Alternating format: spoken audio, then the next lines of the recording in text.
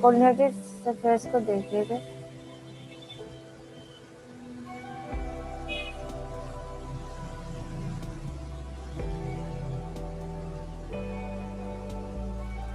Coordinated surfaces में क्या होता है आपके पास, यहाँ पर हम प्लेन डिस्कस करते हैं कि आपके पास जो कांस्टेंट वेरिएबल होगा वो पैरेलल होगा अदर टू प्लेन्स जो हम जिसकी डिस्कशन कर रहे होते हैं। फर्स्ट हमारे पास था कि आपके पास अगर कोई वेरिएबल किसी अदर टू प्लेन के पैरेलल हो तो वो हम तीन इसके केसेस बनाते हैं। वाई जी प्लेन बनाएंगे, एक्स जी प्लेन बनाएंगे, एक्स वाई प्लेन बनाएंगे। फर्स्ट हमारे पास जो प्लेन था वाई जी प्लेन था। वाई जी प्लेन में हमारे पास जो एक्स होता है वो आपके पास कांस्टेंट डील होते हैं। वाई एंड जी प्लेन आपके पास वेरी करते हैं।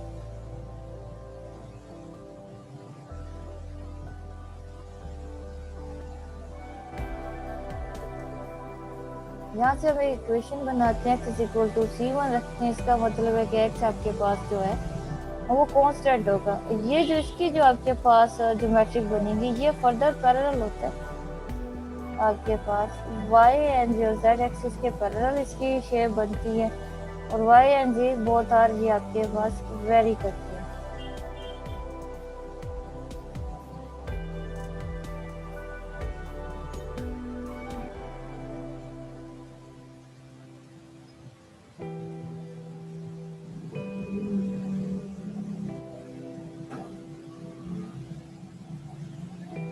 एक्सिस ड्रा कर रहे हैं, y axis, z axis, x axis. अब इसमें हमने x is equal to constant draw करना, तो वो क्या होगा, वो आपके पास पैरेलल इसकी शेप बनती है y एंड z एक्सिस की। ये आपको कर रहा है x इज इक्वल टू, ये जो लाइन रिप्रेजेंट कर रही है इसका मतलब है आपके पास x एक्सिस कांस्टेंट है, y अब क्योंकि हमने सरफेस बनानी है, अब जो सरफेस बनेगी वो किसके इक्वल होगी, y एंड z एक्सिस के पैरेलल होगी।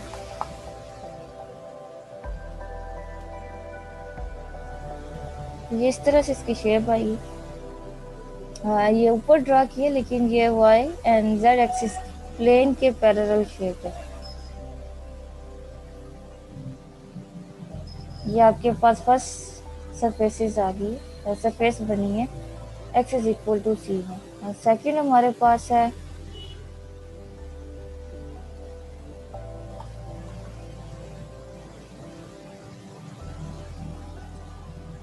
x प्लेन,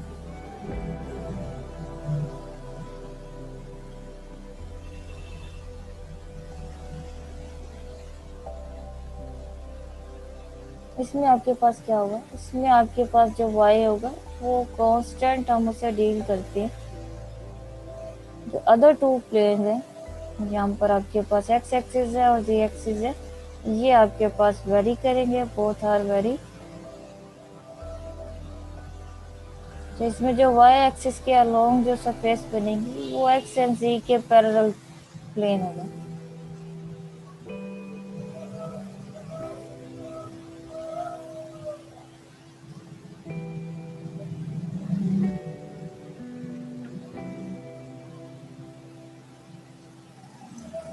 x एक्सिस, ये आपके पास है z axis, this one is y axis.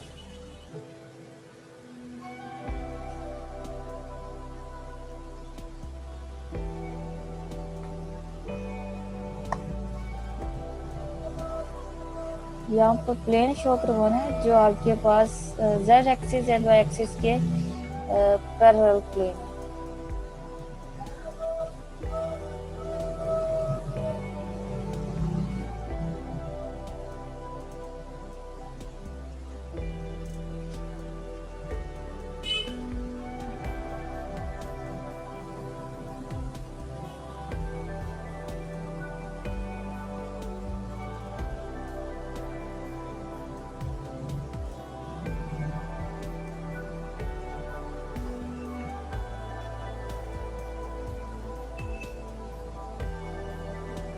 ये इस तरह से इस तरह की कुछ शेप बनेगी। इसका मतलब है ये आपके पास जो प्लेन आया y is equal to C2, ये आपके पास पैरेलल है, प्लेन है, x एंड z एक्सिस के पैरेलल प्लेन है, ये आपके पास y एक्सिस है।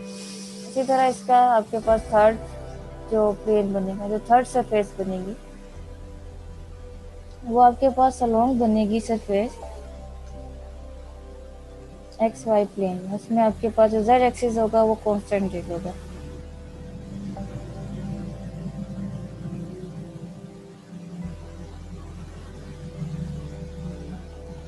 एक्स वाई प्लेन में आपके पास क्या होता है, इसमें जो आपके पास z एक्सिस होता है उसे हम कांस्टेंट लेंगे, बाकी जो अदर टू आपके पास है एक्स एंड वाई, ये बहुत आर वेरी करेंगे।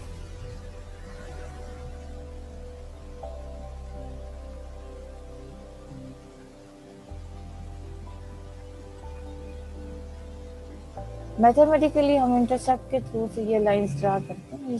अभी यहाँ पर तो हमारे पास ऐसे ये जनरल केस है, तो इस वजह से इसे इजीली डिस्कस करना यहाँ पर पॉसिबल है। अब यहाँ पर एक्स एक्सिस ड्रा करेंगे, वाई एक्सिस,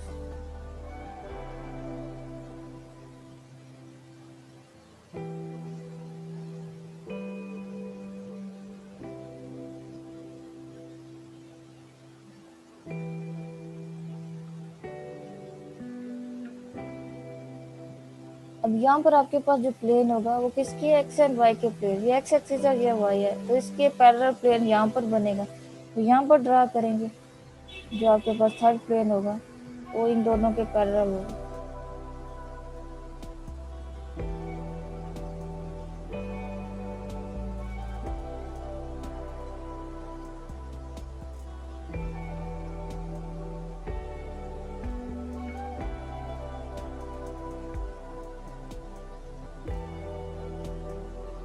तो इस तरह से इसके प्लेन बनेंगे।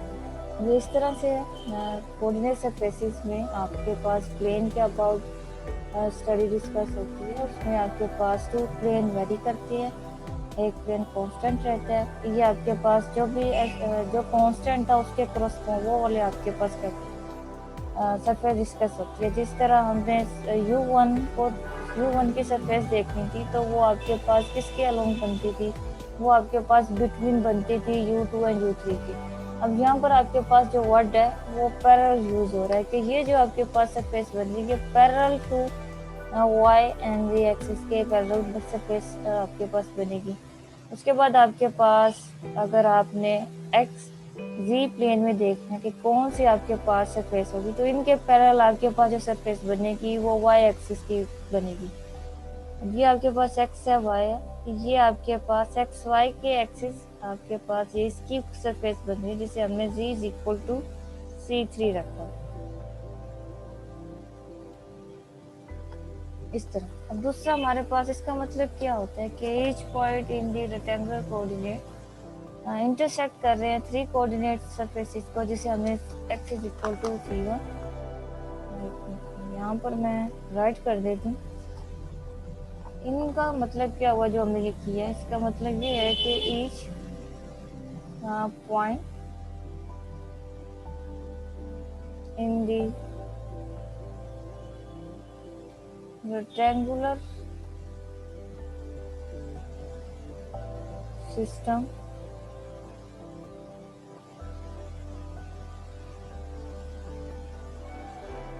is the intersection of the three coordinate system। इसका मतलब है आपके पास एक कोऑर्डिनेट सिस्टम म्यूचुअली परपेंडिकुलर है, या आपके पास जितनी भी आपके पास प्लेन है आपस में इंटरसेक्ट है। तो इसमें जो आपके पास प्लेन डिस्कस किए गए हैं उन्हें उनके क्या नेम दिए हुए हैं, उन्होंने यहाँ पर नेम दिए हैं।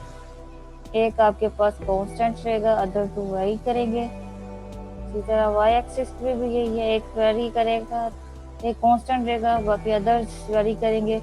इसमें भी आपके पास क्या है, एक कांस्टेंट रहेगा, अदर टू प्लेन आपके पास वेरी करेंगे। इसका मतलब ये है intersection of the three coordinate system कि आपके पास ये जो एक्स वाई जी एक्सिस है ये आपस में क्या है, म्यूचुअली ऑर्थोगोनल है। देखी जाए तो लाइन, तीनों लाइंस आपस में परपेंडिकुलर है, तो ये म्यूचुअली का वर्ड यहाँ पर यूज कर सकते हैं। म्यूचुअली मीन्स कि आपके पास यहाँ पर जो एंगल है राइट एंगल वाला।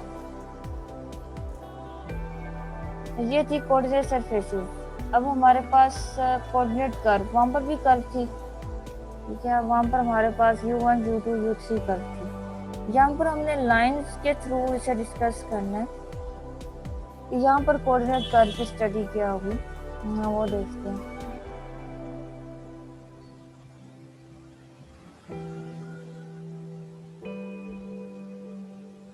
कोऑर्डिनेट कर्व,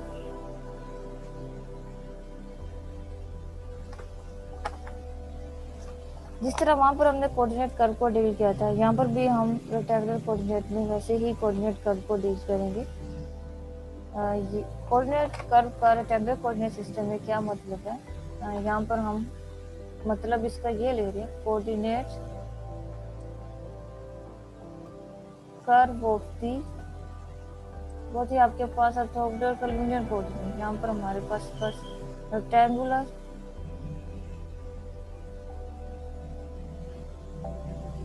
कार्टेशियन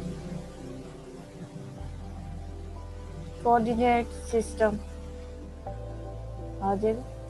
ये क्या होता है आपके पास, are the straight line, straight line. Curve में तो आपके पास shape in form of curve होती है, यहाँ पर तो आपके पास कार्टेशियन में तो लाइन की स्टडी की जाती है। वहां पर आपके पास लाइन किसी पॉइंट से पास हो रही थी, यहाँ पर आपके पास straight line passing through the point. बस ये डिफरेंस, यहाँ पर लाइंस का वर्ड यूज हुआ है, वहां पर सरफेसेस पास हो रही, सॉरी वहां पर कर्व आपके पास पॉइंट पे पास होती है, यहाँ पर सरफेसेस पास हो रही। वहां पर आपके पास था कि अगर आपने u coordinate u1 coordinate curve लिखना है, तो उसका मतलब होता था कि आपके पास जो 2 कर्व है u2 एंड u3 वो आपके पास एज अ कांस्टेंट डील होंगे। यहाँ पर आपके पास क्या है, अगर आपने x कोऑर्डिनेट लाइन, ठीक है, कोऑर्डिनेट लाइन का वर्ड यूज होगा, कर्व नहीं होगी यहाँ पे, तो इसका मतलब है आपके पास y एंड z एक्सिस जो है वो कांस्टेंट होंगे। इसकी जो ज्योमेट्रिकल शेप होती है वो पैरेलल होंगी, यही लाइंस भी पैरेलल आपस में होंगी। वहां पर तो हमने नहीं उसकी ड्रा नहीं की थी, वो वहां पर हमने इसी तरह ही थ्योरेटिक ओरली बात की थी कि u1 एंड u2 एक वेरी करेगी, अदर 2 कर्व्स आपके पास मेन कांस्टेंट रहेगी। यहाँ पर लाइंस में हम बता सकते हैं, ये आपके पास x and y z axis है, ये आपके पास x axis, this one is y axis and z axis, ये आपके पास रीजन आ गया। हमें पता है ये सिस्टम आपके पास म्यूचुअली ऑर्थोगोनल। यहाँ पर हम कोई भी पॉइंट ले लेते हैं, वहां पर P लिया था, इस P पॉइंट पर कर्व बन गई। अब यहाँ पर हमने पॉइंट ले लिया P। अब यहाँ पर हमने देखना है, सबसे पहले जो हमारे पास स्टडी आती थी वो इसी u1 कर्व की, कोऑर्डिनेट कर्व की थी। यहाँ पर हमारे पास जो आएगा वो होगा x कोऑर्डिनेट लाइन आएगा।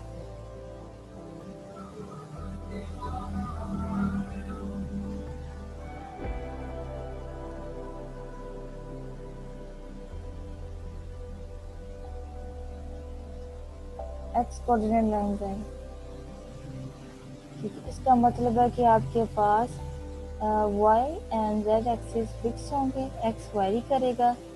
इसका मतलब कि intersection of y and c is a straight line parallel to the x axis.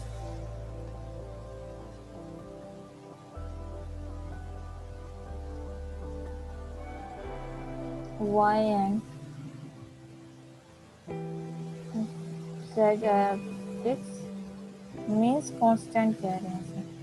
अब यहाँ पे वो कांस्टेंट का वर्ड भी यूज कर सकते हैं, constant while x axis very.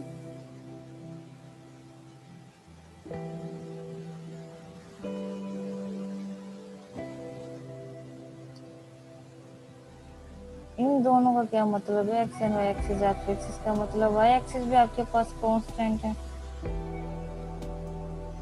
इसे C2 कह लें और इसे आप C3 से रिप्रेजेंट, और x को हम C1 से रिप्रेजेंट कर सकते हैं।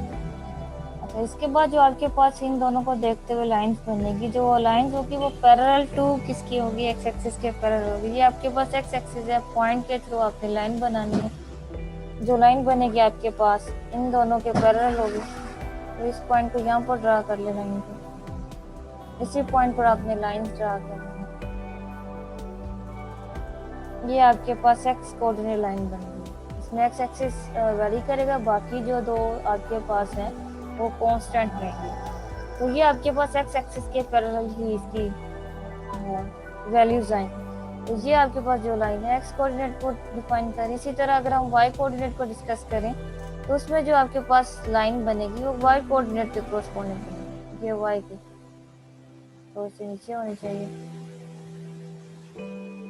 ये आपके पास वाई कोऑर्डिनेट के अलोंग बनेगी, यानी कि वाई एक्सिस के पैरेलल आपके पास वाई कोऑर्डिनेट लाइन आ जाएगी, और जेड एक्सिस के पैरेलल आपके पास जेड कोऑर्डिनेट की लाइन होगी। ये आप कर्व लिए, ये आपके पास एज अ लाइन डिस्कस हो रही है। क्या ये आपके पास ये वाली जो लाइन थी इसे आप कह दें एक्स कोऑर्डिनेट,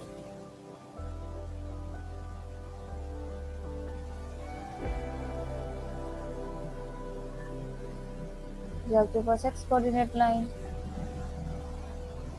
अब ये जो आपके पास थी ये वाई एक्सिस के पैरेलल जो थी वो थी आपके पास वाई कोऑर्डिनेट लाइन।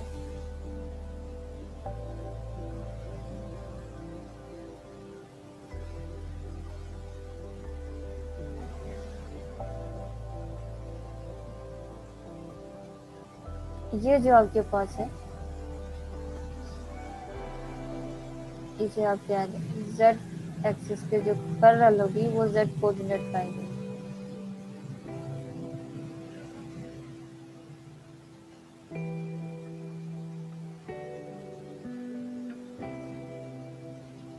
यहाँ पर आपके पास टू टाइप के एमसीक्यूज हो सकते हैं। आपके पास जो एक्स कोऑर्डिनेट लाइन है वो कौन सी लाइन होती है उसे आप कह सकते हैं उसमें वो आपके पास पैरेलल टू एक्स एक्सिस के जो लाइन आपके पास ड्रा होगी वो आपके पास एक्स कोऑर्डिनेट लाइन उसे हम कहेंगे। एक्स कोऑर्डिनेट लाइन का मीन्स क्या होता है, इसमें आपके पास ये मीन होता है कि आपके पास एक्स एंड जेड एक्सिस आपके पास क्या होते हैं एज अ कांस्टेंट होते हैं।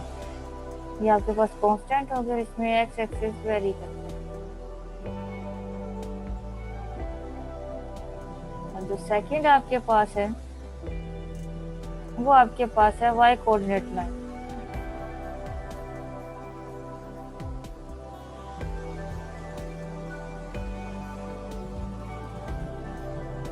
वाई कोऑर्डिनेट लाइन इसमें क्या होगा, इसमें आपके पास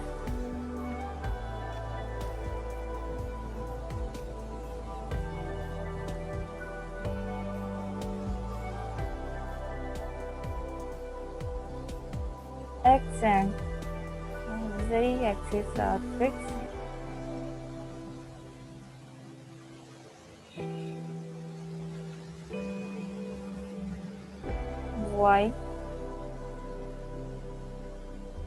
y एक्सिस वेरी करेगा।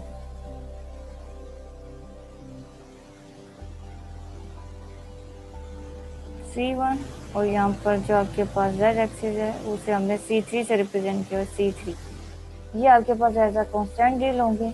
बाकी आपके पास जो x एक्सिस है वो क्या होगा, वेरी करेगा। इस टाइप की जो आपके पास लाइंस आएंगी वो पैरेलल टू y एक्सिस होगी। यहाँ पर आप कह सकते हैं ये पैरेलल टू, ये coordinate line parallel to y axis है, ये coordinate line parallel to x axis है।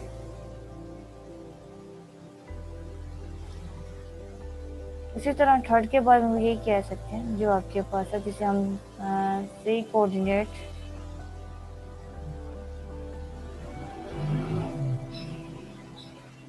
लाइन कह रहे हैं। इसमें आपके पास क्या होगा, इसमें आपके पास एक्स एक्सिस भी कांस्टेंट होगा, वाई एक्सिस भी आपके पास कांस्टेंट होगा, और जो आपके पास जेड एक्सिस है वो वेरी करेगा। और ये क्या होगा, ये पैरेलल टू जेड एक्सिस। जो लाइन आपके पास रहा वो जेड एक्सिस के पैरेलल होगा। ये आपके पास कोऑर्डिनेट कर्व है, रेक्टेंगुलर कोऑर्डिनेट सिस्टम है, जिसे आप कार्टेशियन सिस्टम भी कहते हैं। अब हमारे पास यहाँ पर रह गया, वहाँ पर हमने लिनियर कोऑर्डिनेट में एक्सप्रेशन डिराइव की थी, आर्क लेंथ की, एरिया की, वॉल्यूम की, फिर उसके बाद ग्रेडियंट, डाइवर्जेंस, लैप्लासियन। कार्टेशियन में भी हमने ये सारी चीज़ें देख ली हैं। कार्टेशियन में हमारे पास इनकी क्या वैल्यूज होंगी। कैल्विनियन का तो हमें रिजल्ट ड्राइव कर चुके हैं, कार्टेशियन में इसके देखेंगे।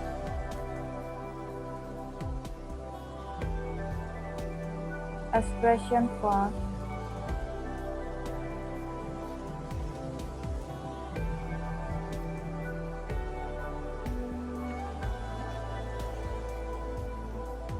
Arc length,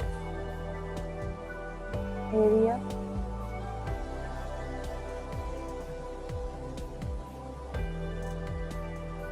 volume,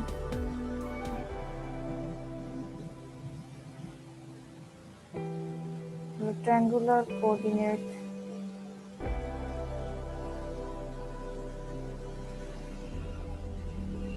rectangular Cartesian coordinate में इन चीज़ों को ड्राइव करना है।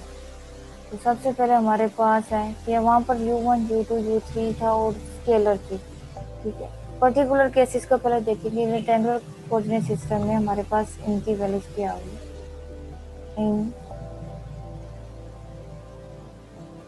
ये ड्राइव कर चुके हैं, दोबारा नहीं करेंगे। रेक्टेंगुलर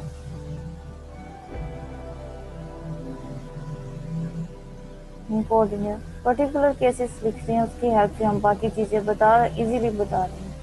कोऑर्डिनेट सिस्टम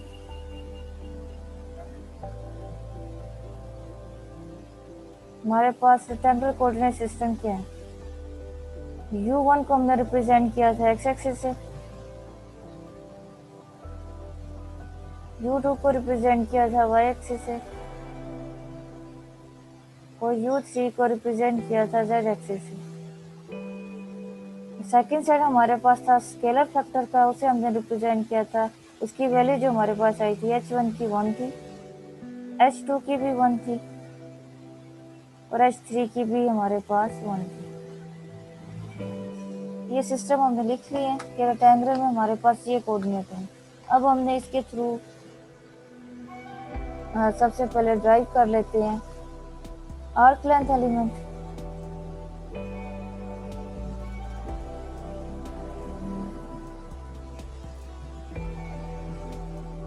dx इसका मतलब है निकालना।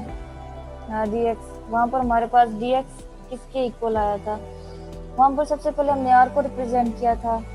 उसके बाद वो था आपके पास du1 du2 square plus du3 का स्क्वायर रूट था। यहाँ पर भी हमने सबसे पहले r को रिप्रेजेंट करेंगे, x इक्वल v है, इसी वजह से सबसे पहले r को रिप्रेजेंट करेंगे।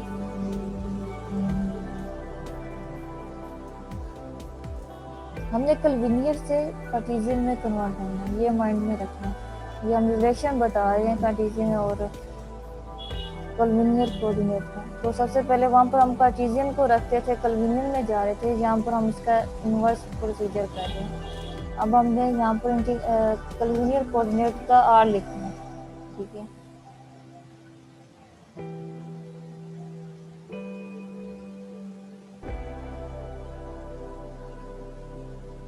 Orthogonal, curvilinear,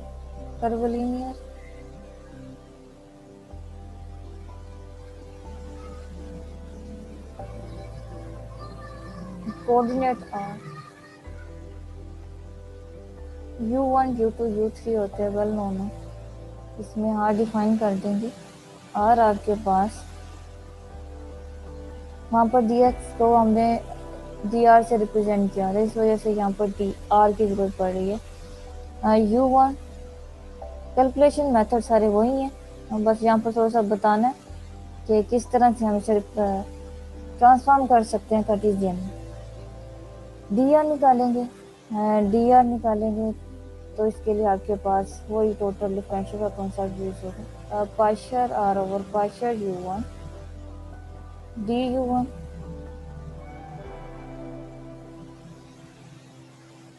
plus partial r over partial u2 du2 plus partial r over partial u3 du3। Condition में हमारे पास चीज़ें पहले से पड़ी होती है, हम ड्राइव करने की जरूरत नहीं होती। यहाँ पर हम उसका इन्वर्स प्रोसीजर देखते हैं कि कंडीशन में बाकी ये चीज़ यहाँ से ड्राइव हो सकती है।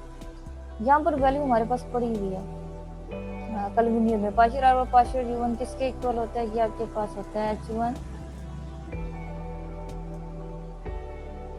e1 के इक्वल होता है। इसे अरेंज यहाँ से कर देंगे h1 du1 e1 प्लस ये आपके पास होगा h2 du2 e2 plus h3 du3 e3।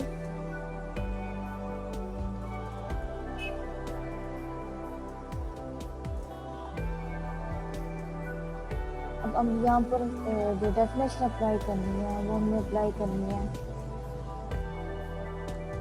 Arc length dx square को हमने रिप्रेजेंट किया हुआ था dr से, ठीक वो रखा हुआ था, और ये हमारे पास होता था dr डॉट dr। ठीक है, ये यहाँ पर भी मैं वो नहीं लिखूंगी, ये हम वैल्यूज पहले निकाल चुके हैं ऑर्थोगोनल में। इसका डायरेक्ट रिजल्ट लिखते हैं आफ्टर डॉट प्रोडक्ट जो आपके पास इक्वेशन है। ये आपके पास है dx square is equal to, वो तो देखने चाहिए कि आपके पास क्या आएंगे, डॉट ये यूनिट ब्रैकेट आपके पास बनी हो जाएंगे। तो ये h1 square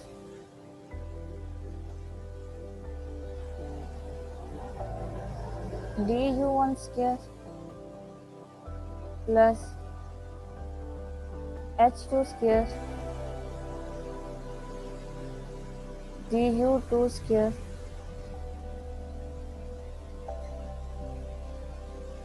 h3 square du3 square. अब हम ये यहाँ से इसको ये पुट कर सकते हैं, जो रेक्टेंगुलर कोऑर्डिनेट सिस्टम के हमारे पास वैल्यूज हैं उन्हें पुट करते हैं सिंपली। तो इन रेक्टेंगुलर कोऑर्डिनेट यहाँ पर हम लिख देते हैं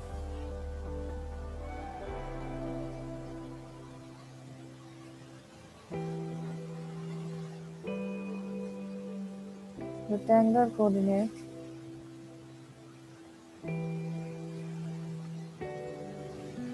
बिकम्स, आपके पास ये इक्वेशन कन्वर्ट हो जाएगी, ds तो ds ही रहेगा,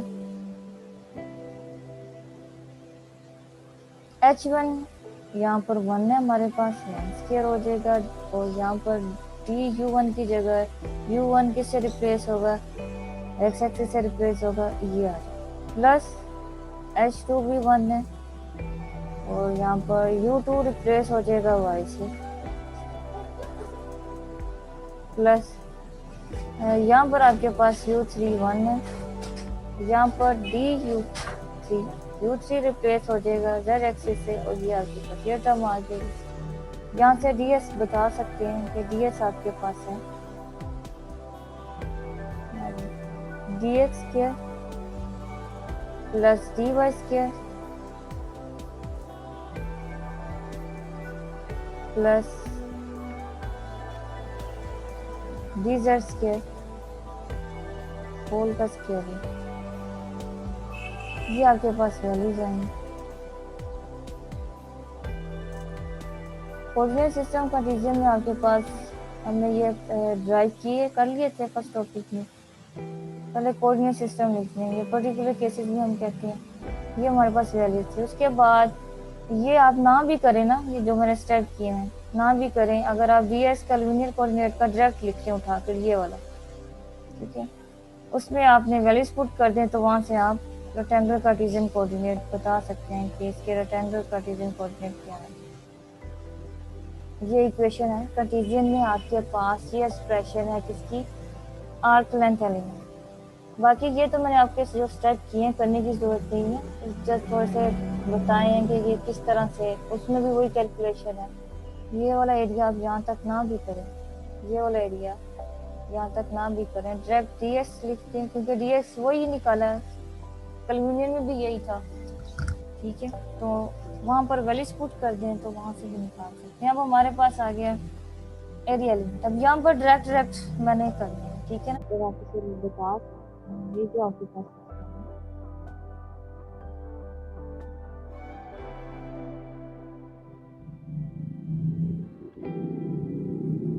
ये प्रॉब्लम में ये वाला जो सिस्टम है आपके पास,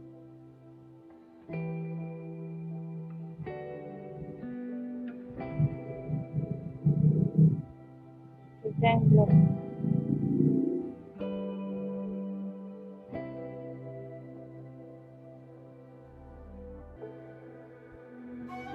एरिया के एलिमेंट ड्रॉ करेंगे इन प्रॉब्लम में, तो हमारे पास क्या होगा।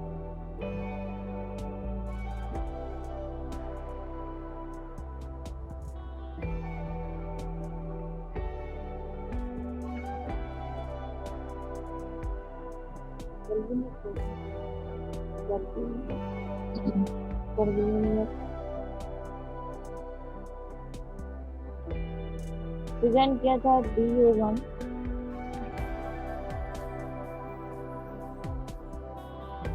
आपके पास कर्विंग इसकी वैल्यू थी H2 H3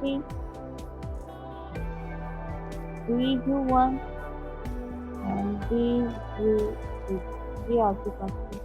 इसके बाद आपके पास ये थी डिफाइन था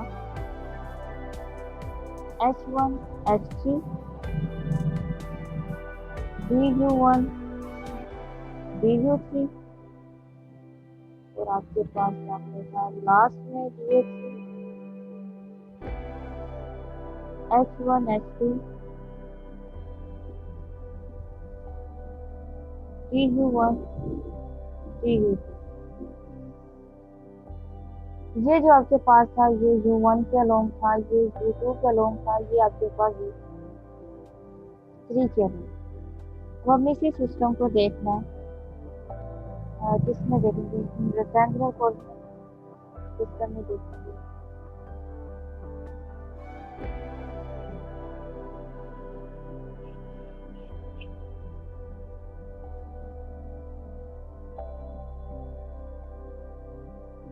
रेक्टेंगुलर में देखेंगे तो यहाँ पर जस्ट वैल्यूज पुट करेंगे, ये वाला जो सेट है बस प्लेस करेंगे A1, तो यहाँ पर भी A1 से ही डिनोट करेंगे। H2 भी 1 है, H3 भी 1 है, U1 पर प्लेस करेंगे H2, U3 पर प्लेस करेंगे Z एक्सिस पे, तो आपके पास जो थी A1 इसकी वैल्यू आपके पास होगी DX। मैम ये ऊपर U2 है, U2 को हम रिप्रेजेंट करेंगे Y, तो ये आपके पास Y DZ ये वैल्यू आ गई। इसी तरह यहाँ पर DA2 को, यहाँ पर आपके पास H1 भी 1 है, H3 भी 1 है, U1 को रिप्रेजेंट करेंगे S और U3 को रिप्रेजेंट करेंगे DZ।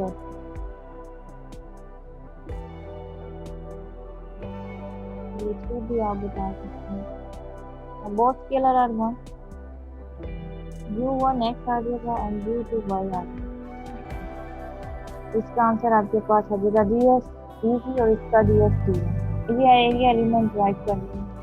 अब हमारे पास वॉल्यूम रहेगी, वहाँ से वॉल्यूम के एक्सप्रेशन लिखेंगे, कोऑर्डिनेट कोऑर्डिनेट से लिखने हैं, पुट कर देंगे।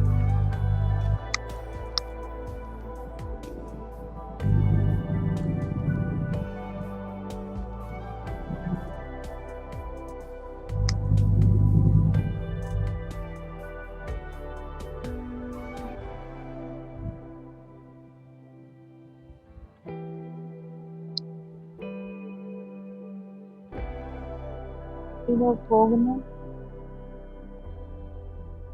Curvilinear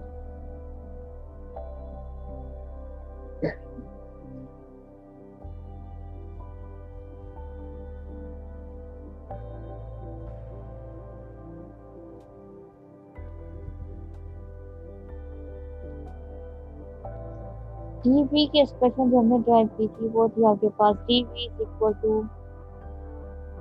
H1 H2 H3 DU1 DU2 DU3 ये एक्सप्रेशन डी1 थी। अब हमें इन एक्सप्रेशन को लिखना है इन रेक्टेंगुलर कार्टेशियन कोऑर्डिनेट में।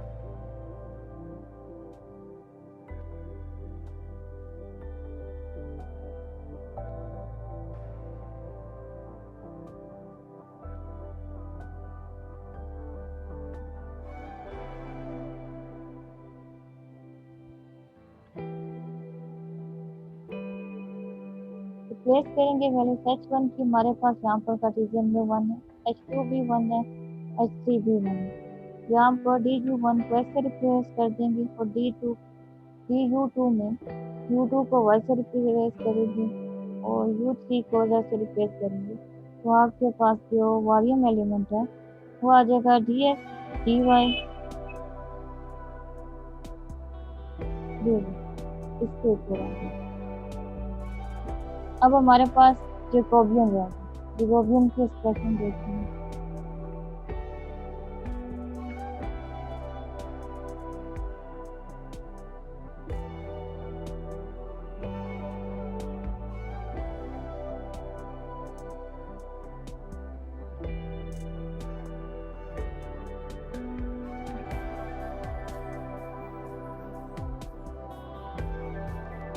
यहाँ पर हमने ऑक्टोबर में कर्मीय कोऑर्डिनेट सिस्टम है, इसकी एक्सप्रेशन आपके पास थी H1 H2 H3